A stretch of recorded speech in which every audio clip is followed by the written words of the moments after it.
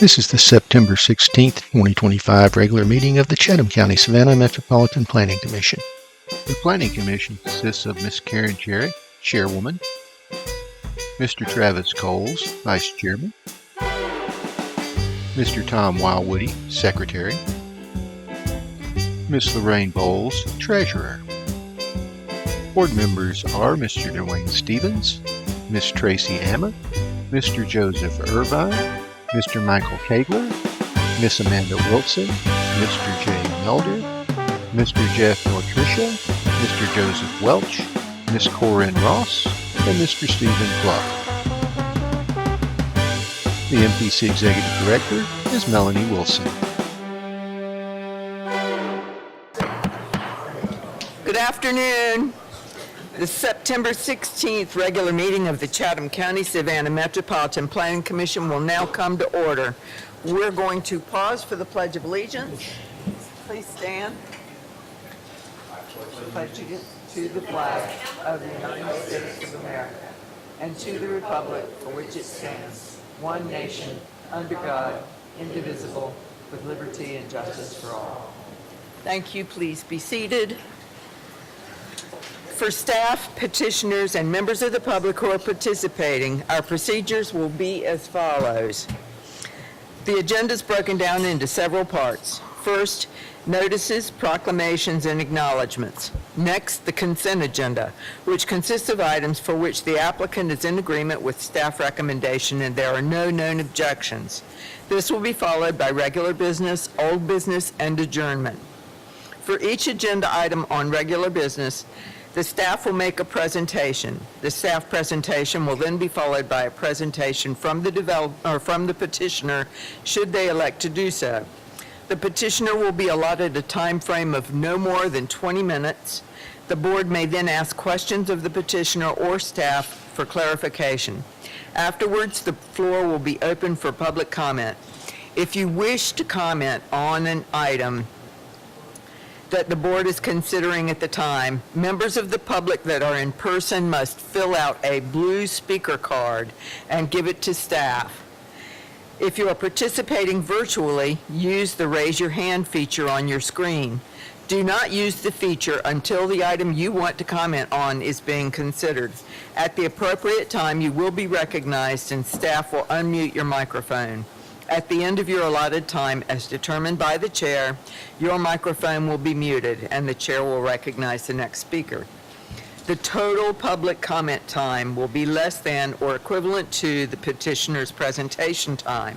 Therefore, for those participating online, it is important that you use the raise your hand feature during the hearing on that item if you want to speak on a petition. Once the floor is closed for public comment on a petition, no additional public speakers will be allowed. If you are not certain you want to speak, still use the raise your hand feature or fill out the blue speaker card. You will have the option to decline when your name is called. After public comment, the petitioner will have the opportunity for rebuttal and then address any additional needed questions by the board. Finally, the board will take action. All right, I need a motion to approve the agenda. Cole's motion to approve the agenda. All in favor? Aye. Any opposed? All right. Notices, proclamations, and acknowledgments. We had a personnel committee meeting. No decisions were made. We also had a finance committee meeting and no decisions were made. There are no items requested to be removed from the final agenda. There are no items requested to be withdrawn. On the consent agenda, we have approval of the August 5th, 2025 MPC meeting minutes. We have a minor subdivision, Parcel A, Parcel B, and Parcel C, Rivers End, 8730 Rivers End Drive. Is there anyone here who wanted to speak on that topic? Okay. We also have a major subdivision, Bradley Point, Phase 7, Bradley Boulevard. Is there anyone here to speak on that topic? All right, and finally, we have an authorization for the Executive Director, CEO, to execute and file FY 2027 FTA Transit Planning Grant. Is there anyone here to speak on that item? All right, I'll entertain a motion. Cole's motion to approve consent agenda items 3 through 6. Ross, second. All in favor? Aye. Any opposed? All right, we have no old business. Our first item in regular business is a map amendment rezone from OIE to BC to RMF 225 1119, 11965 Apache Avenue. Good afternoon, Madam Chair and the members of the board. My name is Subhashi Karnaratna. I'm a planner from the MPC. I'll be presenting the staff findings and recommendations for 11965 Apache Avenue. Here, the petitioner is requesting a rezoning of a split zone parcel to a multifamily 2 to 25. Here you can see the flume and the zoning maps, and as you can see here, this black outlined parcel is what we're talking about, and it has two zoning designations. One is office and institutional expanded, and the other is community business. And the petitioner wants this whole parcel to be rezoned as residential multifamily 2 with a density of 25 units per acre. This rezoning request is consistent with the existing flume designation, which is residential general. This right here is the concept plan. It's not a situated plan, but it gives you the idea of like what the proposal is going to look like. So in the section where currently it is zoned as OIE, they're proposing 3 multifamily buildings, and across the access easement that provides access to the existing apartments, Ramsey Run Apartments, we have the community business zoned part of the parcel. And this right here is a aerial view where you can get a better idea. So this is the existing Ramsey Run Apartments, and the part where they're proposing to development is currently vacant. And over here there is a drainage pond, which is part of the community business zoned part of the parcel. If we go to the zoning history, prior to 2006, the existing apartments and the parcel we're talking about with another parcel in the southern part was one big parcel, and it had RM25 zoning. And they went through a rezoning to PBC to develop mini storage warehouse facilities, but I believe they didn't get developed. In 2010, they subdivided. This portion was then developed as a Dollar General. And right now, the request is to bring back this section of the parcel of the development back to RMF2 zoning district. So based on the findings, we recommend approval for this rezoning request. Thank you. Is the petitioner here?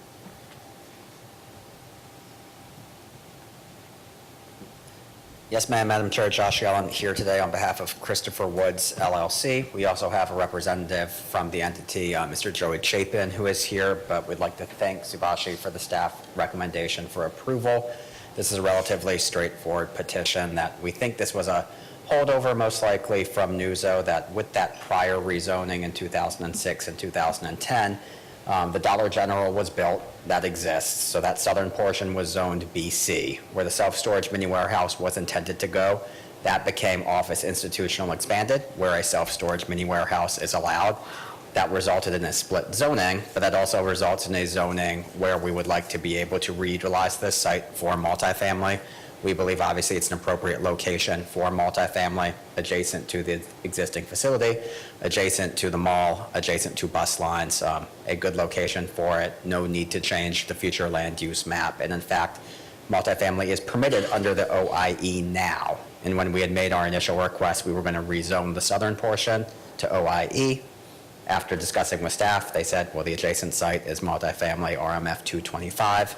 Can we make the whole site RMF 225 for some continuity? We said, of course, and so we are here today with a staff recommendation for approval to rezone to RMF 225, and we would hope that you would approve the same, and happy to answer any questions that you may have. All right, are there any questions for the petitioner or for staff? All right, thank you. Thank you. I do have one speaker, Sonny Dixon. I'll pass. My questions have been answered. Okay.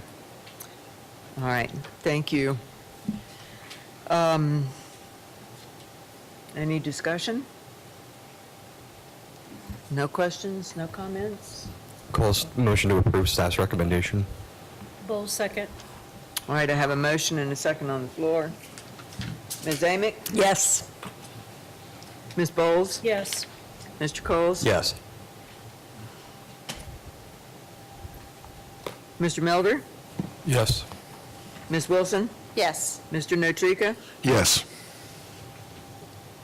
Ms. Ross? Yes. Mr. Stevens? Yes. Mr. Wywoody? Yes. I too say yes, motion passes. Thank you all.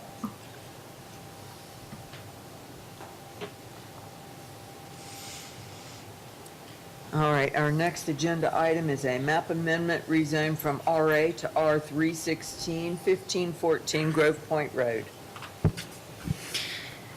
Madam Chair and members of the board, I am Subashi again. Here in this application, the petitioner is asking for rezoning. This parcel is situated in the unincorporated Chatham County, and the existing zoning of the parcel is residential agriculture. As you can see here in this map, it's one parcel in a very large zoning district that is RA. And also, the Flume map says that the parcel and majority of the parcels in the vicinity are zoned as residential, suburban, single-family. So the request is to rezone this parcel into multifamily residential with a density of 16 units per acre. And this request is not consistent with the existing Flume map. And this right here is the proposed development concept, and it's going to be a quadplexes. And this is an aerial view of the subject property. You can see it over here. And behind the property you have Abercorn Street, and in front you have Grove Point Road. And this is a single-family residential neighborhood in the vicinity. So when considering this rezoning, three major things to think about is the traffic generation, availability of utilities, and compatibility with the existing character of the neighborhood. Since this is a vacant parcel, there will be added traffic to Grove Point Road. And then utility capacity is that the parcel has City of Savannah water, unincorporated Chatham, stormwater connection, but it doesn't have public sewer connections to the parcel. So that is a major factor that governs the density in the parcel. Third, the consistency with the neighborhood character. Multifamily residential development is not consistent with the neighborhood because majority is single-family detached housing. Also, the parcel is within the 500-year and 100-year flood zone, so there might be other mitigation standards that the development might have to follow. Based on that, MPC staff believes that this is not the best zoning district suitable for the parcel. There might be other options the applicant can develop into to increase the density, maintaining the neighborhood character in the place. So three main things to consider is consistency with the neighborhood, public sewer services, and maintaining the development standards. Keeping that in mind, MPC staff recommends denial for this particular rezoning request. Thank you. Is the applicant here?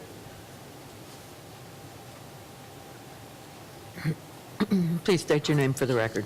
Yes, good afternoon. I am Fernando Barbosa. I put the application for the rezoning in this property. So I'm looking for 16 units in that property. Anyway, I received the week ago, I received the email and declined the application because she explained what is the problem. So I can maybe, because the density, the 16 units, I know is a little high for the traffic in some other situations. Anyway, maybe I can reduce to 8 units. Okay. Are there questions for the applicant or for staff? I have a question. Can you tell me how you plan to provide sewer? Yes, I talked with the city. Okay. Had you talked with the city about this? Yes, yes, ma'am. Okay. Had you considered that the land use that is proposed there doesn't agree with the future land use map? Did you talk with the planners here before you brought this application forward? I've been in the meeting, around a couple of months ago. I'm sorry? Couple of months ago, I be in the meeting here Okay. in the building, in the other building, sorry, and they told me about the single families. Anyway, not talk about the rezoning. Okay. Generally, when we have an application like this, there is a future land use application request change because the future land use map really doesn't call for the density that you are suggesting, and the fact that there's no sewer is a concern to us, certainly. Are there any other questions? All right, and we had no citizens who wanted to speak?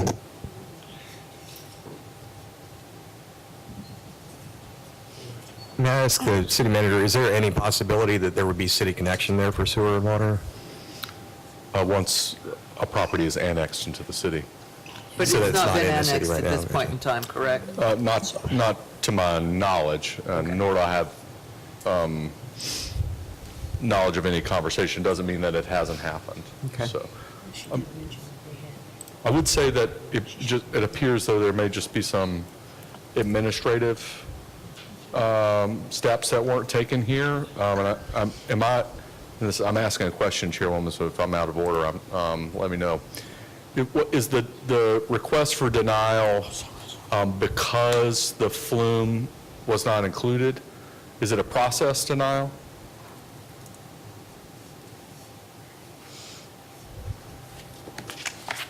That's one factor. Okay. Mostly because it's not consistent with the neighborhood character. Understand. And he can achieve the same density going through a single-family subdivision and then going for a single-family to open. Okay, understood. Thank you. Mr. Notrika, did you have something you wanted to add? No, ma'am. Okay. Ms. Bowles? Would the petitioner and staff, I have a question for staff as well. Would it be appropriate to recommend a continuation until we have some additional conversation? Yes, I think that will be appropriate. And right here is the city water supply. And this green line, or the blue line, is the stormwater. Okay. And there's no sewer connection. This is the property. And the sewer, I guess, is in there as well. Is that the green and black hatched? I'm not sure. Oh, there's sewer system. Water, sewer, Can you click on the sewer? sewer, Yeah, water. in the county. Yeah, sorry, water Black is and green. the blue. Yes, green hatched is the sewer. Okay, okay. So it just stops like, So there would be some considerable infrastructure that would be needed to supply this property for sewer, but I defer to your motion. Okay. Are we finished with discussion? Yeah. Do we have a date certain for the next 2 meetings? October 28th or November 18th. November 18th? And would the postponement allow staff to work with the petitioner on a future land use map amendment request or to And change? maybe even a more appropriate Okay. zoning designation, but give them a Understood. chance to work with staff and either move forward with something or withdraw. Okay, thank you. And could I also ask MPC staff if there are any questions about water and sewer to forward those over to city staff too, so we can answer any petitioner's requests as it relates to that? Thank you. Anything else? Ms. Ross, did you have? Nope, Okay. I'm good with that. Okay. Let's continue it. All right, I'm going to make a motion to continue the petition November. until the November 18th meeting, which would give the staff, the city and staff and the petitioner to work together to work on the water and sewer issues, whether there's any annexation, the future land use map, and any other issues that might, and the density Yeah. on the property. Cole second. All right, I have a motion and a second. Ms. Amick? Yes. Ms. Bowles? Yes. Mr. Coles? Yes. Mr. Melder? Yes. Ms. Wilson? Yes. Mr. Notrika? Yes. Ms. Ross? Yes. Mr. Stevens? Yes. And Mr. Woody? Yes. I too say yes. All right, motion passes.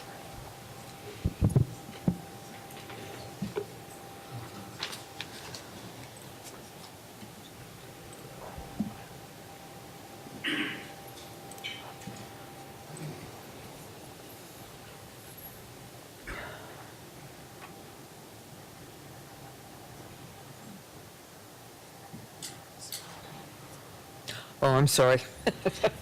I'm waiting for you to go ahead. Variance to GDP is our next item, 6203 and 6207 Abercorn Street. Thank you, Madam Chair, members of the board. This is Edward Morrow, Director of Development Services here at the MPC. This is a request for a variance to a general development plan at 6203 and 6207 Abercorn. This is a site where a current office use is being proposed for redevelopment for hotel use. And there's a site adjoining this that this board may remember. It considered a rezoning back in 2021 to rezone what is now known as the Spoke. It was a hotel to residential, multifamily residential conversion that you see is RMF 2-30 indicated on your zoning map right now. And that conversion is what's necessitating variance relief for a required buffer for a hotel adjoining a multifamily residential use.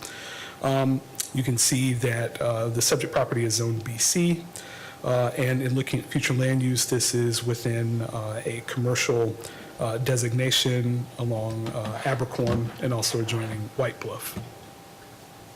Just to orient you to the site, it is outlined in red.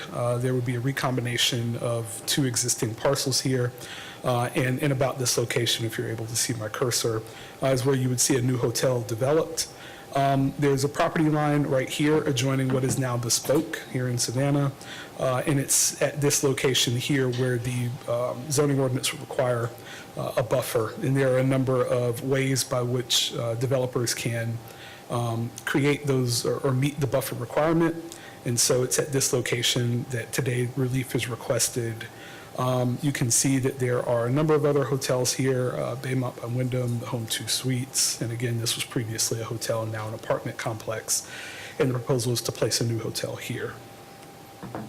The particular standard at issue, section 9.5.4, which you can see for a class 4 use adjoining a class 3, a class B buffer is required. And so the petitioner is requesting relief from this 15-foot option.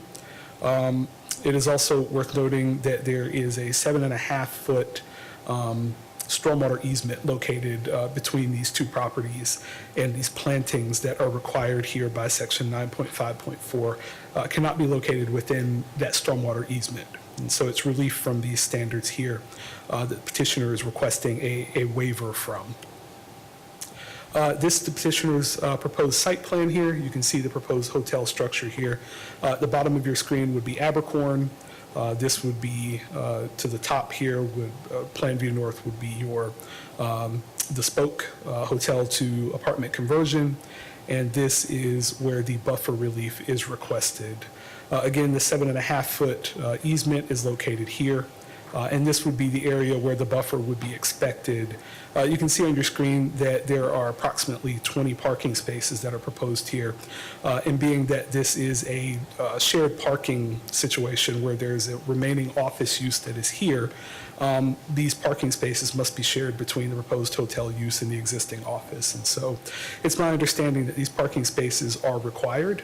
And so this is a situation where the petitioner does require relief in some form. It will either be relief from the off-street parking requirement to replace these spaces, or relief from the buffer standards, which you are being asked to consider today. So. Also, just to give you a visual here of the 7-foot 5-inch drainage easement that is located here. This is staff's recommendation that behind that 7 foot 6 inches of buffer relief be granted here in order to permit the remaining portion of the 15-foot to be installed, the location of this purple strip here. So.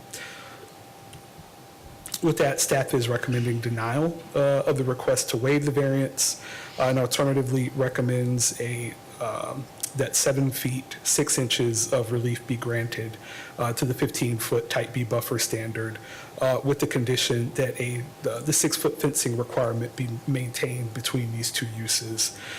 So that would be, again, the 7-foot 6-inch buffer required, as well as the 6-foot fence between the two uses.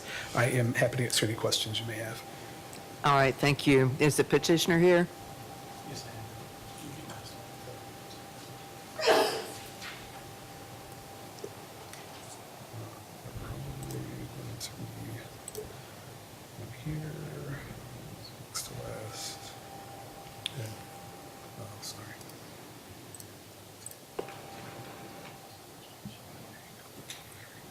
Does that all show it there? Just a little. Okay. Awesome. Thank you, Edward.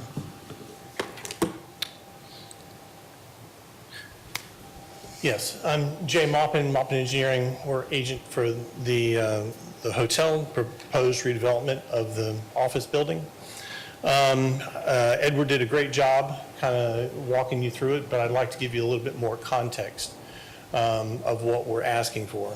So as you can see, the main issue here is really the Homewood Suites Hotel that was rezoned and redeveloped into the Spoke Apartments back in December of 21, just before my client bought this property. So on the north, it's bounded by the Residence Inn, and on the south, it's bounded by the Baymont Inn. And you can see those here. And if you can see that picture, that's a view of the Spoke Apartments from the Baymont Inn parking lot. And then again, you can note that the windows are facing the Baymont here on the Spoke Apartments. Here is a view of the Spoke Apartments from the Residence Inn Hotel on the north side, again facing the windows on the hotel. Here is the existing conditions out there, looking from our site back to the Spoke Apartments as well. Can you see the mouse? You'll note there's an existing substantial hedge, that the existing hedge that the Spoke Apartments is actually on the Spoke Apartments side, it's their hedge. You'll note that we actually face the end caps of the units, so there are no windows facing our development. And you'll also note that there's a significant grade change here between the Spoke Apartments and our property. And that'll come into play later as I talk about the storm drainage. So really, when the Spoke Apartments was rezoned back in December, the staff report from that rezoning indicates that on the east side of the Spoke Apartments, there is a hotel per their staff report. So their staff report knew that we were in the process and knew that it was intention to be a hotel. And also in that staff report, they make the comment that the proposed rezoning of the hotel to the RMF will not have an impact on the surrounding property owners. That's not the case. And I think if the surrounding property owners were aware that any redevelopment of their site as a result of the rezoning, they'd actually be having to give up 15 feet of land on their side of the property line as a result of the change to the Homewood Suites project. They're getting a taking of their property as a result of somebody else's action, and they're not being compensated for it. So I think none of the surrounding property owners would be in favor of the rezoning if they had known that was the case. So what we're asking you is that the buffer that runs through this area actually has a storm drain line that serves all these surrounding property owners and some more even to the south. And so that storm drain line obviously has to be maintained, is utilized by all the properties in there. This parking lot has had some history of flooding as a result of that because the water sheds off into this area. So per section 9 of the code, this body actually can make some alterations to the buffer requirements as long as it's compatible with what the code's asking.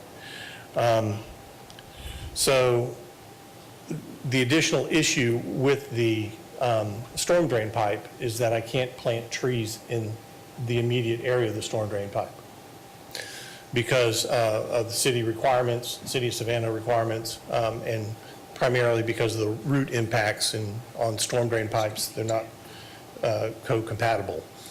So, what we're asking is not elimination of the buffer and not doing anything. If you've ever been to this site, you know that the site is void of any vegetation, really. It's just a parking lot that was built back in the 70s, back in the day, where they flattened everything and paved it over. You'll note from our site plan that we have significant green space that we're going to be adding to this project. We're going to be reducing over 20% of the existing impervious surface.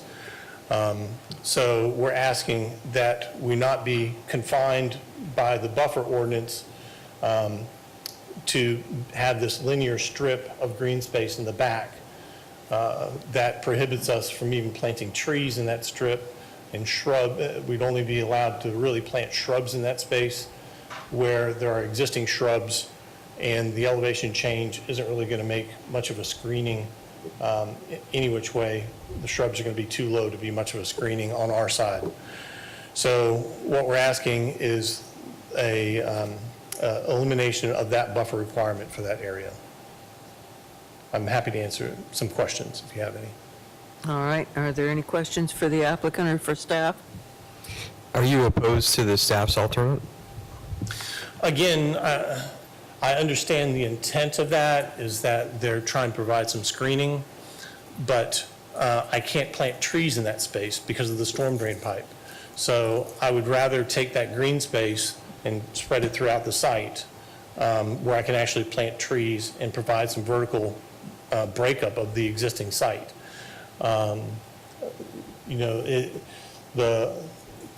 The intent of the ordinance is to provide screening and to an existing hotel that has been converted to apartments. When they redeveloped their site where they just converted it, they didn't provide any screening to any of the surrounding property owners. They weren't all that worried about it. But we have some existing screening between the two properties already, and there's really not going to be any viewing from their property onto ours anyways because we're looking at the end caps of their buildings. So the only thing I can do in that space is shrubs, and that it's kind of pointless. I guess trying to figure out, so if there is no buffer requirement, what is your intention for the transition from your property to the adjacent property? Well, as you can see on the plan, that we are planting some shrubs in that space, and that's more to soften the fence once we plant the fence, or once we put the fence in place. And that's more to soften our side of the fence. And then we will be adding tree islands and other things that the existing parking lot doesn't have, but that would be outside of the buffers, the 7.5-foot buffer zone that the city is requiring. So we are providing the fence, we are providing some green space, but again, planting shrubs, planting trees in that space, vertical trees, means that I can't ever go in and maintain that storm drain pipe because the trees are there. I'd have to take the trees out to maintain the storm drain pipe. Or I'd have to go onto the adjoining property owner's property, rip out their shrubs and whatnot to get to the storm drain pipe. And again, this is a pretty substantial, significant storm line because it serves all the surrounding properties. So for practical purposes, if it's a zero buffer, there's still in effect going to be a buffer that's just not going to conform to the requirements of the text. Correct. In my opinion, it complies with the intent. I'm trying to create some screening with the site plan, but it doesn't meet the exact verbiage of the ordinance. And again, this buffer is being placed on my property as a result of my neighbor's rezoning. So to me, this is a inverse condemnation of my property as a result of their taking. Go ahead, Ms. Bennett. Have you considered adding a fence or a wall? We're planning, it's hard to show the scale, but we are intending, the blue line on there is actually a fence that we're planning to put, a 6-foot fence. 6-foot fence, okay. Yeah. And again, the adjoining property, they built the clubhouse there near us, which is this structure here, which is a single-story structure. But the multi-story structure, which would have, we're looking at the end cap of it, so we don't see any windows. So there wouldn't be any windows looking down on us. So the street level view is the prime screening consideration. The existing hedge, the proposed fence, and our tree islands will break that up.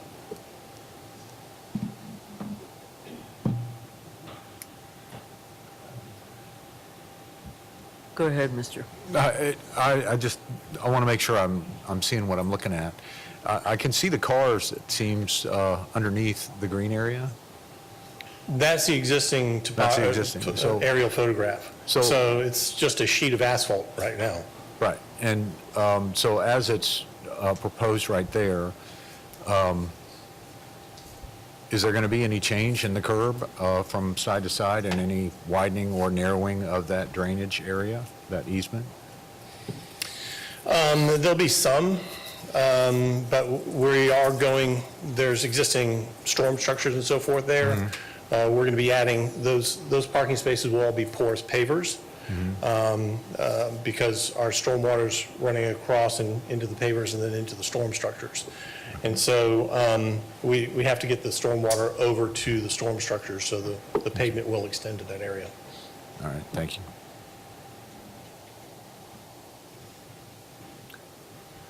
Go ahead. So I just want clarification. This is not about, you're not wanting the buffer removed because of, or we're not wanting to stop the buffer being removed because of drainage. Per the ordinance allows you to vary the requirement based upon existing stormwater facilities.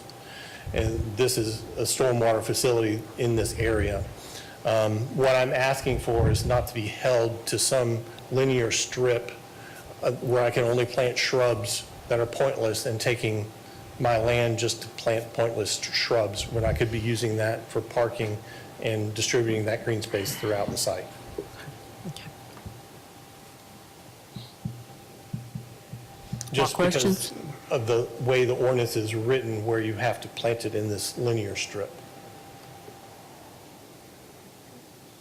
As a buffer.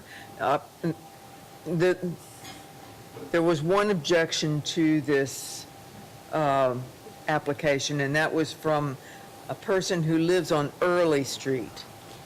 Can you clarify for me where Early Street is? I just want clarification. I want to make sure I get the whole picture. Yep. Yep.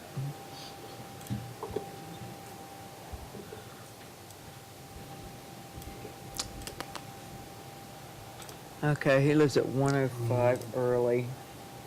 105 early? Yep. Okay. So there's Okay. early, we see White Bluff, Habersham, okay, And our properties are right across this, right across Abercorn. that is correct. I understand.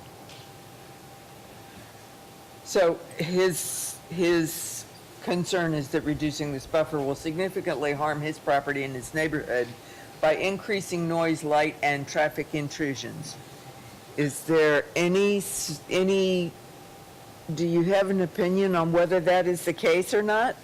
It certainly doesn't seem to me that putting something on the backside of the property is going to adversely or positively affect him one way or the other on the front of the property. Am I correct? Madam Chair, I would agree. Also, I believe there's a wall at this particular location. It picks up at some point in this area. Yeah, there's a wall there, so.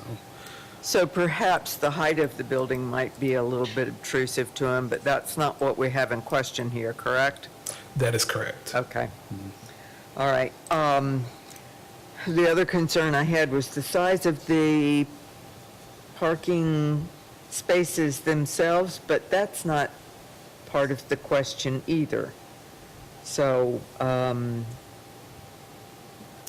guess those were my two concerns. Any other questions, concerns, comments? I have a question for staff. Could you pull up the staff recommendation again, please? Yes. Actually, let me go to the PowerPoint.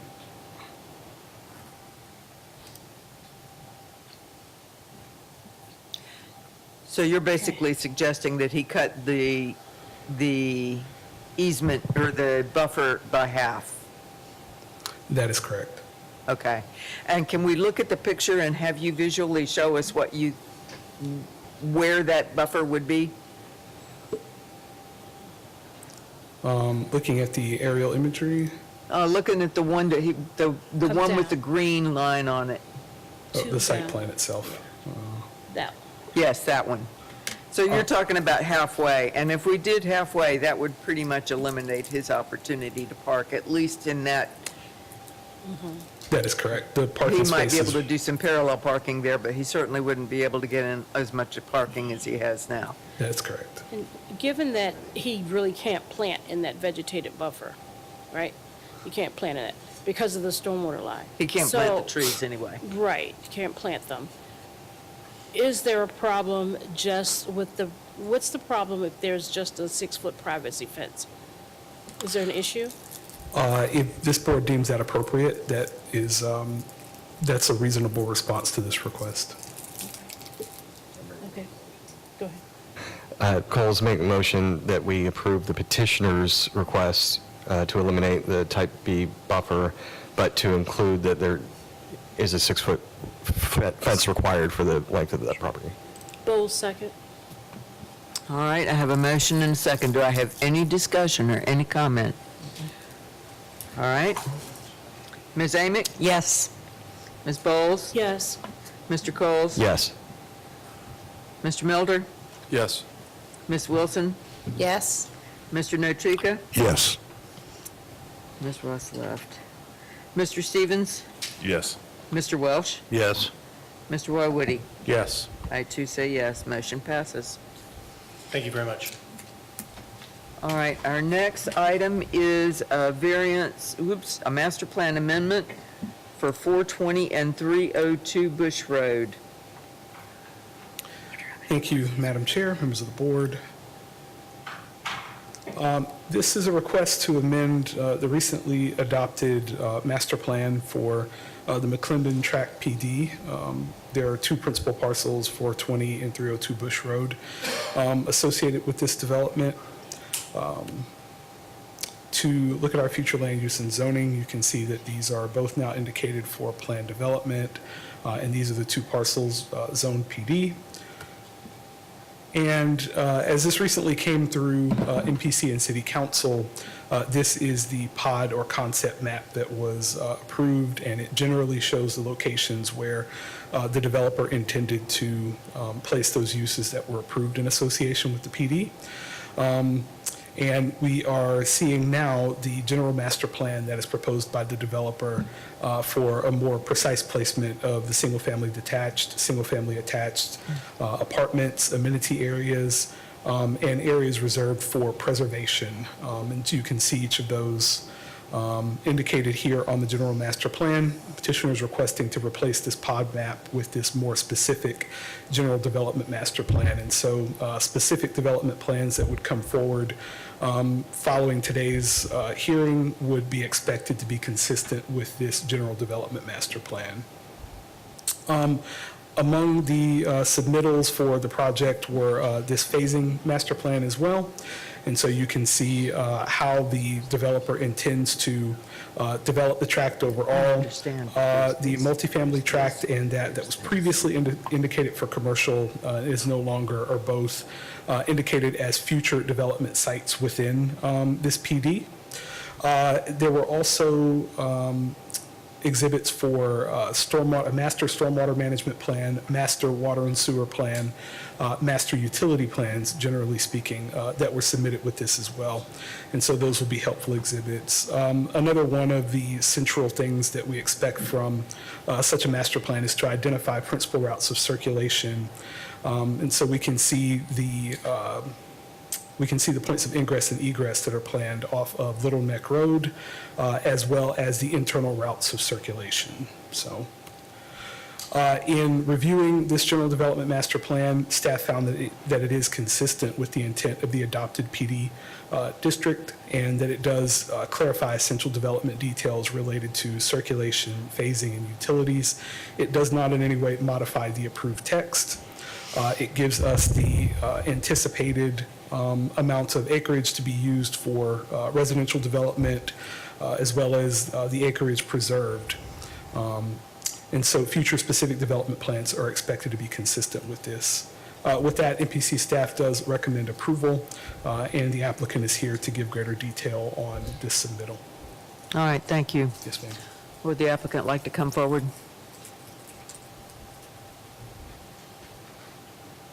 Don't fight. Hi, I'm Thomas Beam with Thomas and Hutton. All right, would you like to share anything? You're okay with everything that's been spoken so far? Yes, ma'am. I don't know.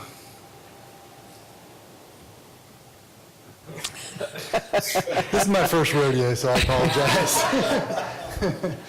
Hi, this is Mike Hughes with Thomas and Hutton. One of the things I did want to mention is that this is a master plan that falls within the PD. So the zoning was established based on where our multifamily was going to be, where our single family was going to be, and this is really the implementation of the master plan for the single family portion of this.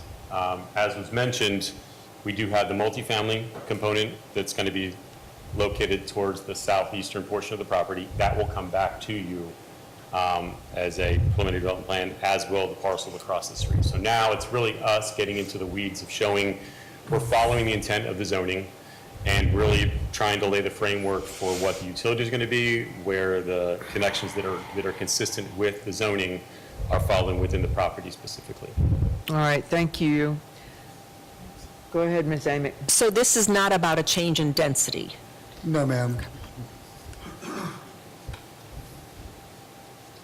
Other questions, comments? I have a question. Go ahead, Ms. Wilson. I have a question for staff. So when I was looking at this and doing some, looking at this on Sages, this isn't showing up as annexed by the city. And it's not being, and it's not showing up with anything being annexed from DCA. How long does that typically take for it to show up on Sages and the property lines to be laid out correctly from the annexation on Sages? In terms of new property, I'll start with new property lines. I believe from the public viewer, that might be updated annually, and it would take Laura Hall to give you the specifics. But on the staff side, we are able to see what I believe might be a weekly parcel update, but on the public side, you might not actually see new subdivisions for up to a year. Oh, gosh, okay. The annexation, I can assure you the documentation is there that was gavelled by the city. So again, these things have taken place, whether or not they're reflected. Sages displays data from other entities, in essence. And so sometimes it does take a minute for that to kind of percolate through our system. Okay, and thank you. Yes, ma'am. And a question for the developer.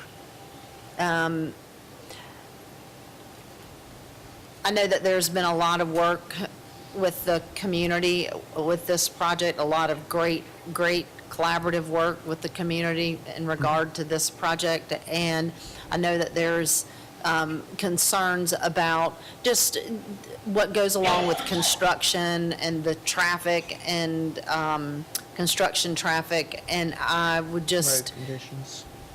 I'm sorry? Road conditions. And the road conditions, which are deplorable out there on Little Neck, and it seems like the last time we discussed, although there is an IGA, there isn't really any money to move forward with improving those roads right now. So I would like to just ask, has there been any discussions about working with the community and thoughts about construction, traffic? Road maintenance.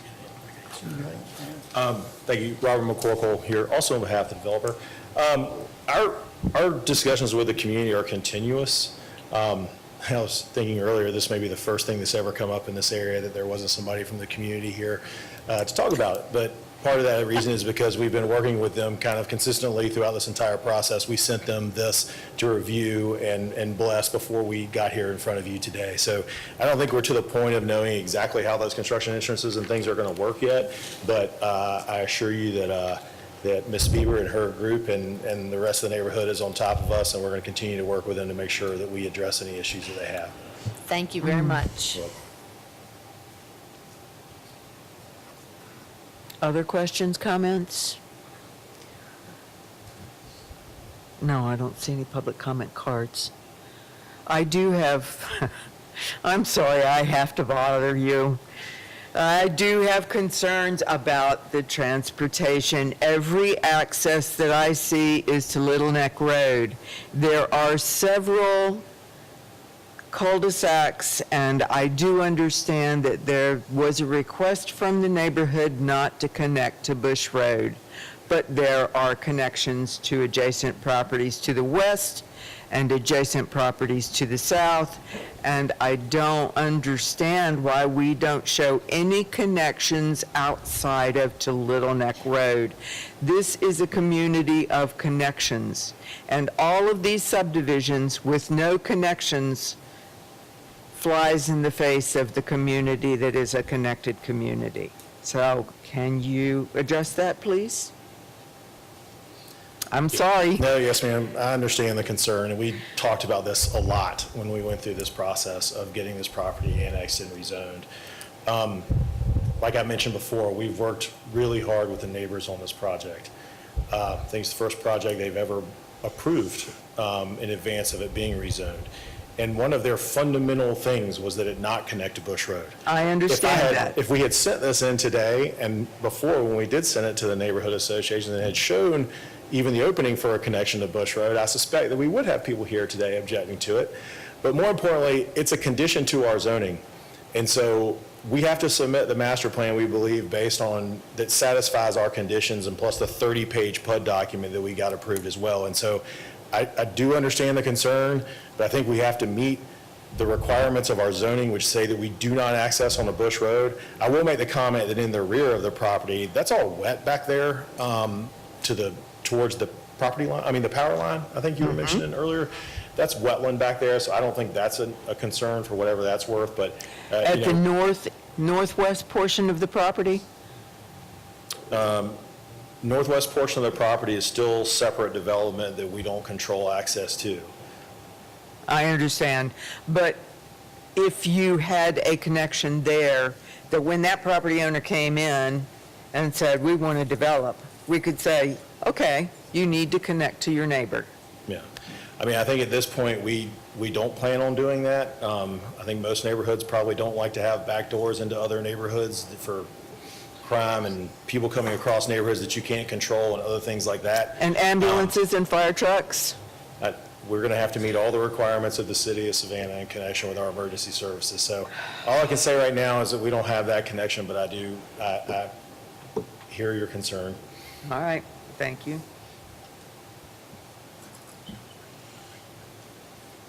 Any other comments? And there's no public comment. Cole's motion to approve the staff's recommendation. Why would he second? All right, I have a motion and a second. Ms. Amick? Yes. Ms. Bowles? Yes. Mr. Coles? Yes. Mr. Milder? Yes. Ms. Wilson? Yes. Mr. Nochika? Yes. Mr. Stevens? Yes. Mr. Welsh? Yes. Mr. Wagwoody? Yes. I say no. Motion passes.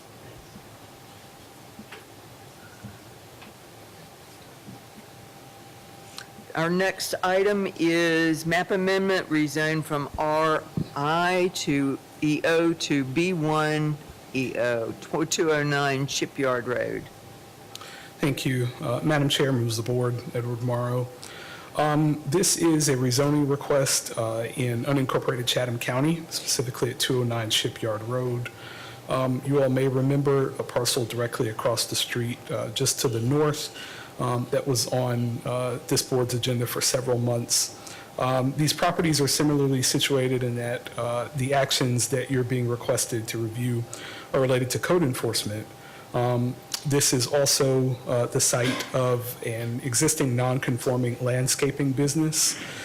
In looking at the future land use map, you can see that this is indicated by that light yellow, which is a residential suburban single-family, a relatively low-density single-family future land use designation. This is also zoned R1EO, which is a single-family residential zoning district in Chatham County zoning ordinance. To the north, you can see the previous request was a little bit different in that there were previously existing BN or neighborhood business zoning districts that were on either side. And this was ultimately approved for rezoning to B1, which is a slightly lesser commercial designation by Chatham County. And so today, that very same B1 designation is requested for this parcel. However, it is in the middle of an R1 zoned area. You can see everything here on the south with the exception of this portion here is zoned R1 in the environmental overlay. That existing non-conforming landscaping business can be seen on your screen right now. This is from Google Street View. There's no principal structure on the parcel. It is inhabited by this small utility structure, as well as you can see a fenced storage area where equipment and vehicles seem to be held. And so in looking at the current zoning district versus that proposed, again, this is a one-family zoning district that does not permit much of anything beyond single-family dwellings, whereas the B1 limited business district shall be for the purpose of creating and protecting areas in which limited business and certain industrial-like activities which have limited traffic generation and potential are permitted. Those uses are listed here on the right-hand side. And so some of those, given the fact that this parcel is zoned and subdivided for single-family residential use, would likely be problematic, especially given that those on either side, if such a rezoning were approved, would remain with their single-family residential zoning designation. The petitioner did provide some great photos to show us the status of some of the residences that are in the area. As you can see, they are uninhabitable. They also provided a proposed conceptual plan.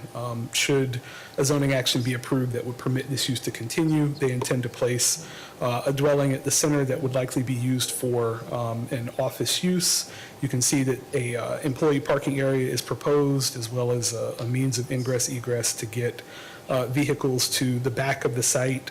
The conceptual plan says that trash piles will be removed exclusively for the use of a 6-yard dumpster. And so any waste that was held on site would be held in this dumpster based on the proposed site plan or proposed conceptual plan. One thing that I would like to bring to your attention is that there would be some dissimilar use buffering that would be required. In my assessment, it's likely a type D buffer that would be required here. It says where one family detached residential property adjoins such uses as auto repair and paint shops, motorcycle sales. And I called out type D specifically because type C specifically says not accompanied by outside storage. A landscape business is in essence an outdoor storage business. So type C is likely not going to be the appropriate buffer. Nonetheless, that would ultimately fall on the zoning administrator to make that determination. Nonetheless, you would be looking at some buffering standards in addition to other site development standards, as this could potentially become commercial. And so that type D buffer would require 25 feet on either side, as well as a 6 or 8 foot fence meeting the standards of the visual screening buffers of Chatham County zoning ordinance. With that, MPC staff does recommend denial of this request to rezone the subject property, and instead recommends that this board consider rezoning to PDN, which is planned development rezoning for certain non-conforming uses. This is a zoning designation within the Chatham County zoning ordinance that is specifically for non-conforming uses and structures that existed prior to perhaps an established or intended development pattern. There is one caveat here in that this zoning designation is typically requires that parcels be at least 2 acres. Nonetheless, it is still possible that this board could attach the recommendation that this be zoned to PDN. And not only that, that the site plan could come before this board for its consideration for any other mitigating enhancements or improvements that should be made to potentially make this site, this non-conforming use, appropriate within this district. I'm happy to answer any questions you may have. Thank you. Sure. Is the petitioner here? Yes. Yes, of course.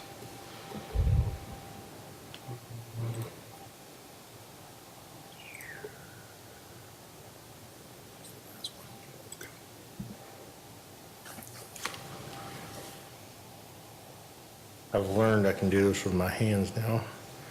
Okay. Robert McCorkle here on behalf of Heather and Ike Wright, the property owners who are here with me today. They're also the owners of Delagal Landscapes. The reason for this rezoning, as was mentioned, is to allow them to continue the landscaping use that's already been on this site since about 2018. So for about 7 years, this business has existed on this site.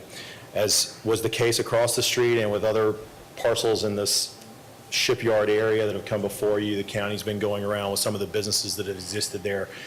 This area was a working community forever. There have been historic businesses in these locations, some of which don't necessarily fit in the locations that they are in, like the garbage company that is on, a few houses or a few lots down from this that operates full Kirby sanitation operates out of that site with all of their trucks and everything else on the same side of the street that we're on. As was mentioned in the staff report, we were here last year. I was here last year on behalf of Zipper Landscaping, which is directly across the street. We were asked to do B1 in that, which is why we applied for the B1 on this one to be consistent. That one was approved unanimously by MPC and then also by the county commission. I would say to you that despite the zoning letters and numbers that may be on the ground, that this situation is virtually identical to that one. And I'm going to show some pictures and kind of take you through it just to give you my opinion on that. And I do live in the area and drive by this twice a day. Though this area is zoned R1, I don't think you can describe the properties that are facing the street on Shipyard as residential in nature. This whole area here, this is Whitfield that runs right here, that runs ultimately out to Diamond Causeway. And this is Ferguson if you can see my cursor that runs right here. On one side of the street, the entire property, as you know, is already zoned commercial once the zipper track was rezoned, which was the last remaining residential.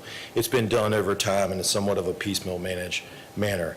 Additionally, on our side of the street, there is also commercial farther down from us from Woodfield, which is where the Kirby Sanitation and the historic Allison Mercantile building that long predates our zoning ordinance is in that location. But if you actually look at it, and I'm just going to do a little bit of overhead just to give you a little bit of this flavor. This is our property right here with the red dot. This is the Little S Shopping Center, which has a gas station and a liquor store here. This is an auto repair facility here that has been there for a long time. This is then the Zipper Landscaping that's across the street. There's a fire station here directly across the street. So all of that is commercial. But as you come down on our side of the street, which is where the cursor is now, this is a vacant lot out here on the corner of Woodfield. It's wooded. It's been vacant forever as far as I know. This is wooded. I think it was a former residence historically that has long since been gone and is just an empty lot. This here is an old Durst bread office that still remains there and is actually a county park that has a playground in the back here, but the old Durst office and the old historic Durst sign is still there on the corner. It's really kind of cool. On this corner, this is a non-residential building, and I'll just show you a picture of it. And sorry, because I can never get these things straight, and Sally gets mad at me every time. The other building is this, which is a non-residential structure, which I think is used for somebody's office. It's covered with a barbed wire fence going around the outside and also has boat trailer parking on it. And then when you get next door to us, immediately next door to us, this is what we have, which is basically a wooded, undeveloped lot. And then as you go past us and go on the left side, you've got this former residential structure. And as you keep going down, you have this former residential structure. So ultimately on our side of the street, though it is zoned R1, and again, here's our site here as you come down, there is actually one single family residence that exists on our side of the street that is in a residential zone, which is right here. Behind us, we have a church, and that property runs all the way behind us and is vacant back here other than trees and grass, and so we have no immediate neighbor to our rear either.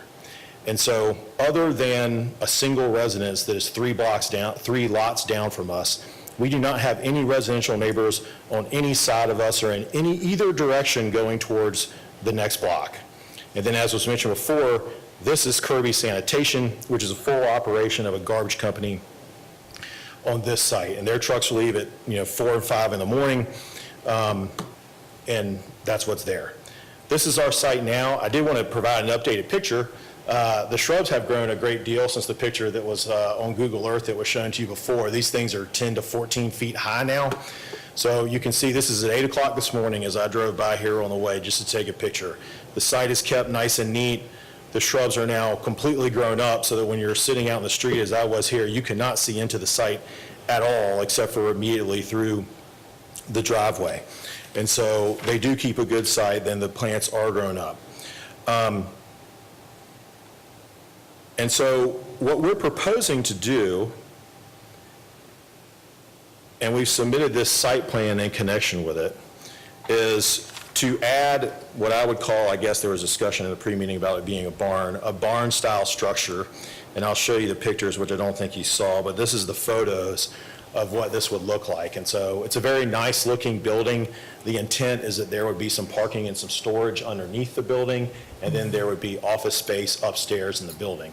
Ultimately, I think the building could be converted to a residential use, I suppose, if this use ever went away, although I would venture to say, based on my living out there and going by this, that I doubt that anyone's going to build a single-family residence here or immediately adjacent to it, given the uses that surround the property.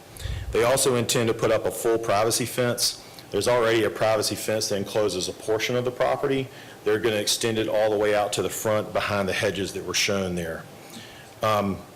As far as zoning criteria, we don't believe it's going to have a detrimental effect on the neighbors. The business has been there for 7 years. Whatever effect it has already been felt, and they don't have any real neighbors immediately anyway in any direction. Their trucks, it's not large equipment. We're talking about trucks and trailers. They come and go between 7 and 8 in the morning, and they come back at 5 or 6 in the evening. And I suspect that most of the time, if you drive by there in the daytime, other than the 4 parking spaces they have for employees that may be there or leaving their cars there, there is no traffic or anybody really coming and going from the office. And so we believe the use is consistent with the reality of what's on the ground going down Shipyard. We're okay with staff's recommendation for the PDN. There's no intent here of adding any bad uses to the neighborhood or changing any use. This is simply to allow this business to continue to operate on this site and build a structure that frankly is going to make the site look a lot better. If we can get this approved and get this project built, it should be very nice looking. And with that, I'm happy to answer any questions that y'all have. Thanks. I don't have a question. It's more of a comment, and it's probably more for staff, and I wish the county manager was here. We've looked at this area before, and it just seems like there needs to be a more holistic approach to it instead of this enforcement of code enforcement for the zoning. Is there any way to request the county to take a look at that stretch of Shipyard? Because that garbage company, if you look at the satellite imagery beyond what we were seeing here, they've got like garbage cans out in the woods. Like there's a whole area that says former landfill, can't use it for anything but that. It just seems to me, with the exception of that one single-family residence here, that this is all due for a rezoning. And maybe could be addressed during comp plan review. Yes, exactly. I'd say the comprehensive plan, the update of the land use section in particular, and looking at the future land use map, there are typically some zoning map updates that would accompany the adoption of a new comprehensive plan for the purpose of obviously giving new policies legs. So yes, that's more than appropriate in this case. Okay.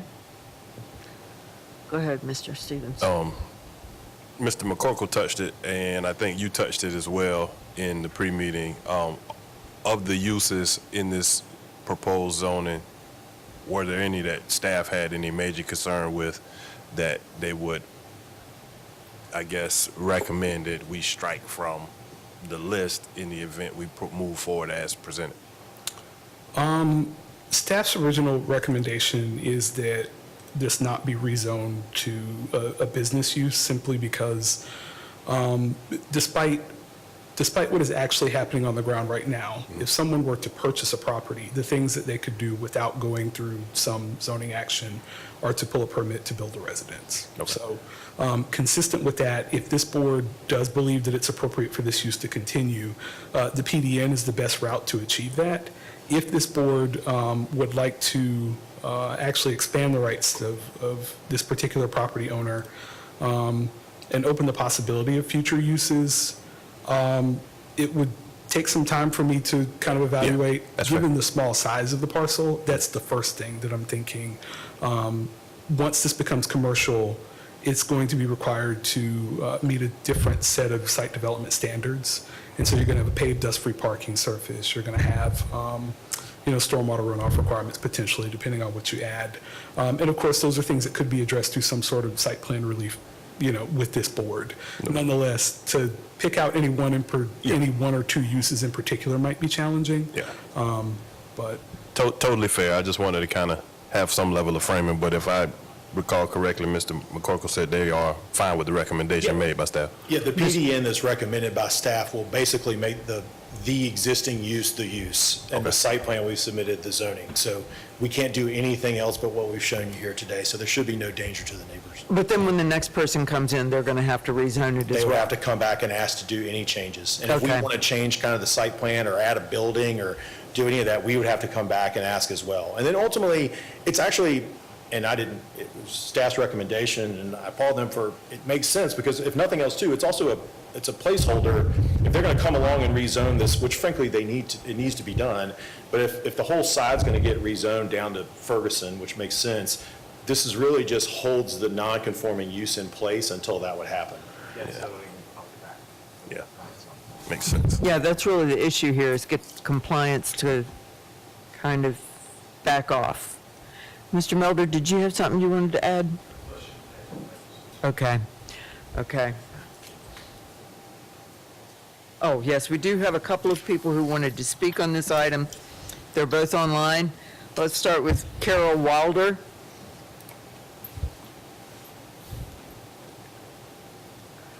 Ms. Wilder, are you there?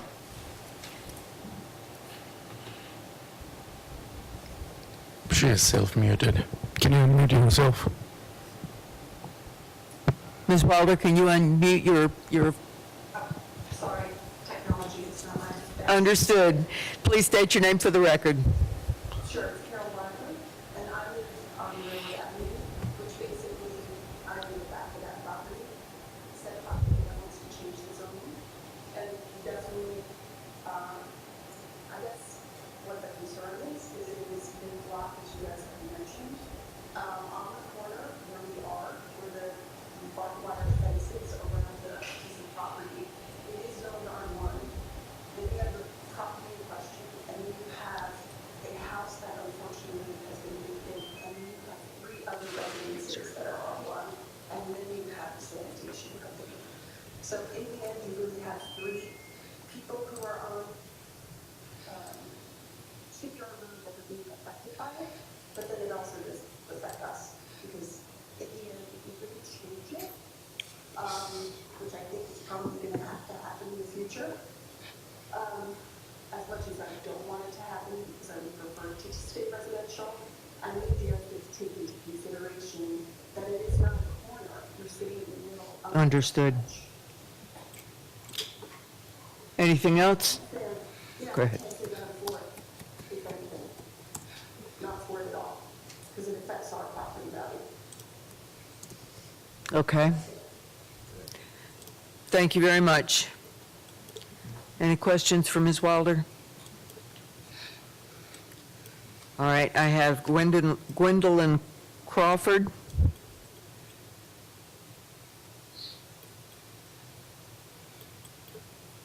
Ms. Crawford, if you'd state your name for the record when you get on. She's self-muted too. Can you unmute yourself, please?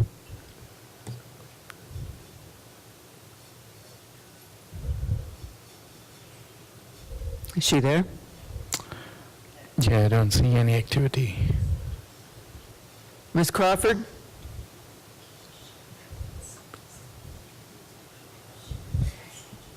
She's still muted on her end. All right, if she comes back, let me know. Okay. Discussion? I think that this is, the staff's recommendation is the most logical for all the points that were made, that it basically quarantines it until, for current use until such time that they take a closer look at the whole area. I don't know, I'm kind of uncomfortable with doing I mean, it's almost like spot zoning in my mind. And honestly, what I'd like to see is there to be a more holistic view of what happens with that strip. It certainly looks to me like it's moving in a commercial manner as opposed to a residential manner. But I think until we have comp plan and opportunity for residents to speak about it, that we're really not going to know. The question is whether the code enforcement people would be willing to allow it to continue as it is until such time as we determine what future land use might be advisable. Go ahead, Mr. Melder. I know this is out of my jurisdiction, so Well, it's I feel out a of my little freer to jurisdiction talk. too, so. I would say that I think all of that makes sense, Chairwoman. I would say that my concerns with that approach would be you have a property owner who's using the use currently, wants to continue to use this use, and to invest money into cleaning up the property in a way that I think would probably increase property values around it, not decrease property values around it, considering that the use is already there. So the property value currently is baked in with that use. The use isn't changing, but adding new to, investing more in that property, cleaning it up, upscaling it a bit, I think increases property values for property owners around it. I also think if you've got a property owner who's ready and committed to make that kind of development now, and we see that pattern changing, while I don't agree with spot zoning either, it's clear the county zoning ordinance allows, there's this tool in the toolbox for a reason, and this seems like a good reason for it. So those would be my cautions against And it waiving. reduces the nuisance of the property as it stands right now. That's correct, and I know my code compliance officers at the city would love for me to get some nuisances off their plate as well. And I would just add that we would put the code compliance people in an awkward position to informally ignore a non-compliant property. I think they would be in a better legal standing for us to give direction and go ahead and do this kind of conditional zoning. Needless to say, could we ask the comp plan people to definitely pay attention to this particular strip of land? Not just that parcel, but yes, that whole corridor. Okay? With that, Cole's motion to approve the staff's recommendation. Seconded by Welch. I'm sorry, I want to be clear on what the motion is, because the staff recommendation was to denial, but there was an alternative. With the alternative, Okay. yes. Sorry, I should have been more clear. So Cole's motion to approve the staff's recommendation to rezone the subject property PDN/EO. All right, I have a motion and a second. Ms. Amick? Yes. Ms. Bowles? Yes. Mr. Coles? Yes. Mr. Mulder? Yes. Ms. Wilson? Yes. Mr. Nochika? Yes. Mr. Stevens? Yes. Mr. Welsh? Yes. Mr. Wywoody? Yes. I too say yes. Motion passes. All right. That takes care of the vast majority of our business today. We do have two additional things that we need to consider. The first is the election of officers. We have a slate. Mr. Notrika, you gave us the slate last time. Would you mind repeating the slate for us of officers? Would you like help with it? Yes, a little Okay. help would be great. If I recall correctly, it was Travis Coles for chair. Okay. There you go. Thank you very much. Travis Coles, chair, Tom Wywoody, vice chair, Lauren Bowles, secretary, and Jeff Notrika, treasurer. Now, my understanding is we have to do this by each individual voting, yes or no? Correct. Okay. I'm sorry? Yes, we didn't have any nominations last time. Do we need to open the floor for nominations now? I know, additional. Okay, all right. If y'all are good with moving forward, Ms. Amick, how do you vote on the slate? Yes. Ms. Bowles? Yes. Mr. Coles? Yes. Mr. Milder? Oh, he's gone. Ms. Wilson? Yes. Mr. Notrika? Yes. Mr. Stevens? Yes. Mr. Welch? Yes. Mr. Wywoody? Yes. And I too say a hearty yes. So we have a new slate of officers, and you get to take over at the next meeting. Thank you very much. The last thing that we have here is a recognition, I'm sorry, I'm going to let you do this. Madam Chair, Yes? when will they be sworn in? They'll be sworn in next month, the first meeting in First meeting? October. Okay. So I've made a call to several of our judges for the Yeah. October 7th meeting, and there's a lot of conferences going on right now. I'm waiting back to hear from Judge Stokes.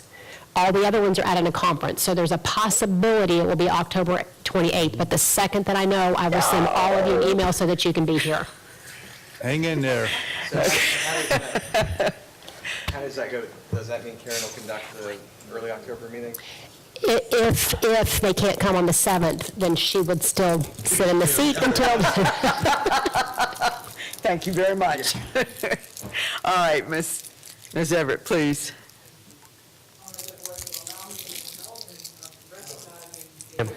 Pam, your microphone. I thought he left it. Pamela Everett, I'd like the board to indulge me a little in recognizing David Ramsey for 32 years of service with the MPC.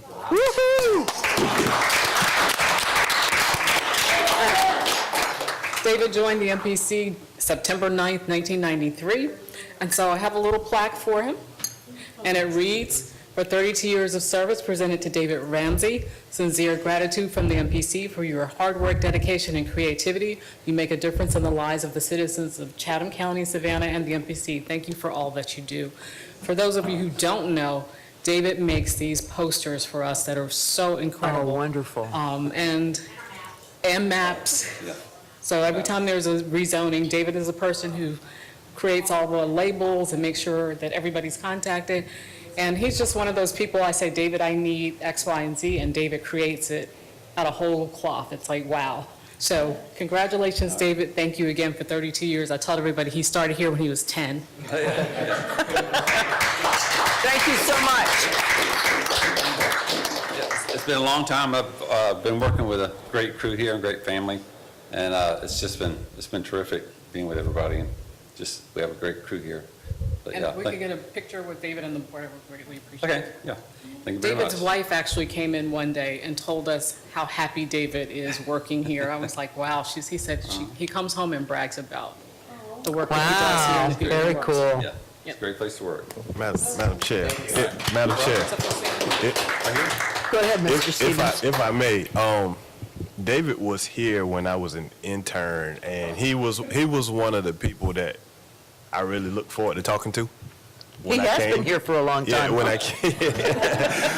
when I came in the building, because he was always so pleasant and super helpful with the green college student that was just trying to get acclimated Wonderful. and learn and see where the maps and everything was.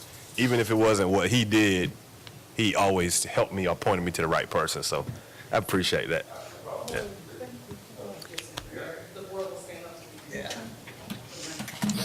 Squeeze together.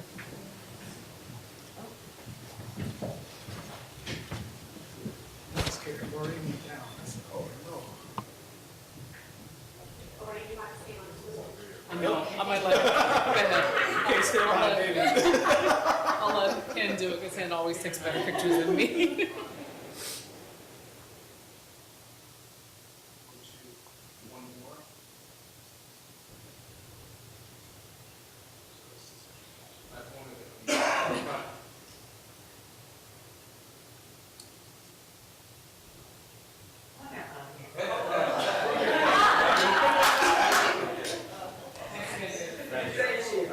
Congratulations.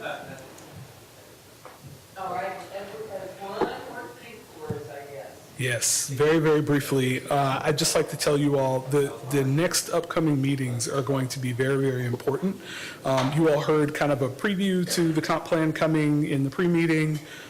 We've heard some discussion because you can see there's a need to do a little bit of housekeeping with our policy documents. I think over the last couple of years also, we've had some pretty good, teachable moments where we can say we absolutely need to situate our policy documents so that we're all firing, on all cylinders so that we don't have kind of these weird slip-through occurrences, right? So the next few meetings are going to be your opportunity to hear and participate and learn about the comp planning process.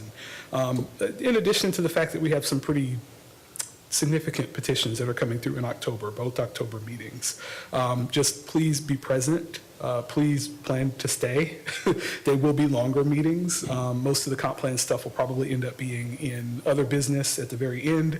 So you'll get a full day of school and you'll have some extracurriculars as well. So just detention. There you go. I like that better. So yes, please be here. Please be ready.